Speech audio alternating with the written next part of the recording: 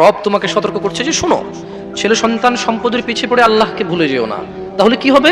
আল্লাহ নিজে সিদ্ধান্ত দিয়েছে, আল্লাহ মিথ্যা কথা বলে না।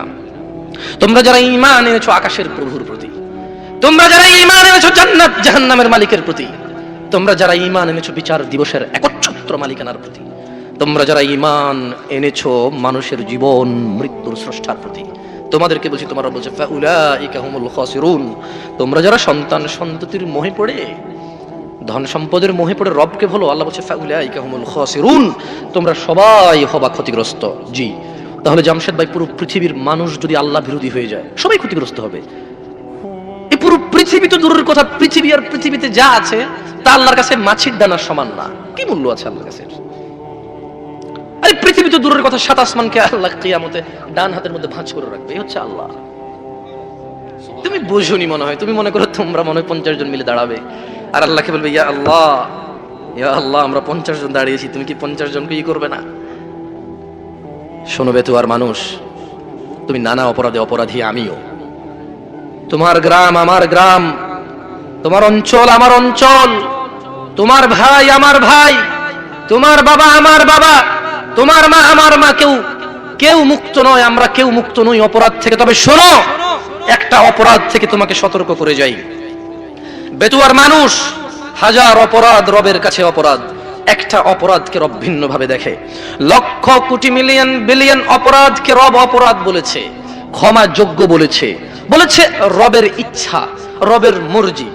রব এটা উনার ইচ্ছা, উনি বলছে যে আমার ব্যাপার, মন চাইলে ক্ষমা করে দেব, মন চাইলে শাস্তি দিয়ে ক্ষমা করব। কিন্তু একটা অপরাধের কথা রব বলেছে না, ক্ষমা হবে না, ইম্পসিবল। পুরো পৃথিবীর মানুষ যদি গিয়ে দাঁড়ায়, ক্ষমা হবে না। রব তার কথা থেকে কখনো সরবে না, কারণ এই পৃথিবীর কোনো শক্তি নেই যে রবকে তার কথা থেকে সরাতে পারে। তোমরা কি শুনতে চাও অপরাধটা কি? এবার একটু আমাকে বলো তো, কি সেই অপরাধ যা হত্যার চাইতে জঘন্য, জানার চাইতে জঘন্য, মদের চাইতে জঘন্য, গীবতের চাইতে জঘন্য?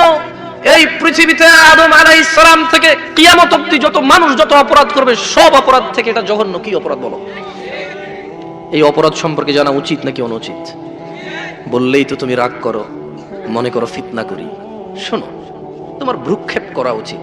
তোমার রব পুরো কোরআনুল কারীমে ওনার দয়া সম্পর্কে কত কিছু বলেছে, হাদিসে ওনার দয়া সম্পর্কে কত কিছু বলেছে, কিন্তু ওই একই কোরআনে তিনি বলেছেন যে তিনি ক্ষমা করবেন না যে ওনার সাথে শিরিক করে। এই অপরাধটা তো তোমার জানা উচিত। তোমার মজা লাগবে না আমার ওয়াজ, শোনো আমি তোমাকে বলি, গুরুত্ব দিয়ে শোনো, কাজে আসতে পারে হয়তো। দেখো না আমার উপদেশ তোমার কাজে আসে কিনা, দেখো।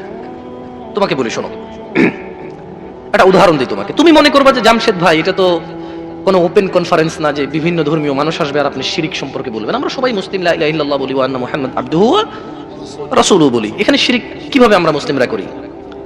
তবে শোনো, আমিও এমনটা মনে করতাম। হঠাৎ করে সূরা ইউসুফের 106 নম্বর আয়াত পড়ার পরে আমার ধারণা বদলে গেল। বলো, তুমি যা বলবে, তোমার ধারণা, তোমার বলা, এটা সঠিক নাকি রব যা বলবে তা সঠিক? তুমি বলবে শেষ নবীর উম্মত যা করবে করবে, যা বলবে বলবে, কিচ্ছু হবে না শেষ নবীর উম্মত। নবী নিজে তো এই কথা বলে না, সাল্লাল্লাহু আলাইহি ওয়াসাল্লাম। তবে শোনো বেতুয়ার মানুষ, মুহাম্মদ সাল্লাল্লাহু আলাইহি ওয়াসাল্লাম, জানো উনি কে? মুহাম্মদ সাল্লাল্লাহু আলাইহি ওয়াসাল্লামকে তোমার সাথে একটু পরিচয় করিয়ে দিই না, আমার মতো করে না, রবের মতো করে। কার মতো করে? তুমি বলবে জিন্দা, কেউ বলবে মুর্দা, কেউ বলবে উপস্থিত, কেউ বলবে অনুপস্থিত, কেউ বলবে নূর, কেউ বলবে মাটি, কেউ চেয়ার খালি রাখবে, কেউ পরিপূর্ণ রাখবে। না, তোমার মতো আর আমার মতো করে নয়। মুস্তাফা সাল্লাল্লাহু আলাইহি ওয়াসাল্লামকে রবের মতো করে তোমাকে একটু বুঝাই। দেখো তো পুরো পৃথিবীতে আর মানুষ 10 লক্ষ মানুষ মিলে র্যালি করবে, 10,000 কোটি টাকার স্টেজ করে ঈদ মিলাদুন নবী পালন করবে। দেখো তো রব যেভাবে সম্মান করে তাকে পার করতে পারবে কিনা। দেখো রব কিভাবে সম্মান করেছে রাসূলকে সাল্লাল্লাহু। দেখো মুস্তাফা সাল্লাল্লাহু আলাইহি ওয়াসাল্লাম সম্পর্কে রব বলছে, মুহাম্মদ সাল্লাল্লাহু আলাইহি ওয়াসাল্লাম একটা কাজ করেন। আচ্ছা, এই কথাগুলো আমি বলি, এভাবে কোরআনে বলে না, ঠিক আছে? এটা কথা বলার ডায়লগ, ওকে? আমি সেটাই কোরআনের কথা যেটা আমি কোরআন পড়ে ট্রান্সলেশন করি, ওকে? এটা একটা কথা বলার ধরন। আচ্ছা, মুহাম্মদ সাল্লাল্লাহু আলাইহি ওয়াসাল্লামকে আল্লাহ সুবহানাহু ওয়া তাআলা বলছে, কে বলছে? কার রব? আল্লাহ। কার রব? সবার।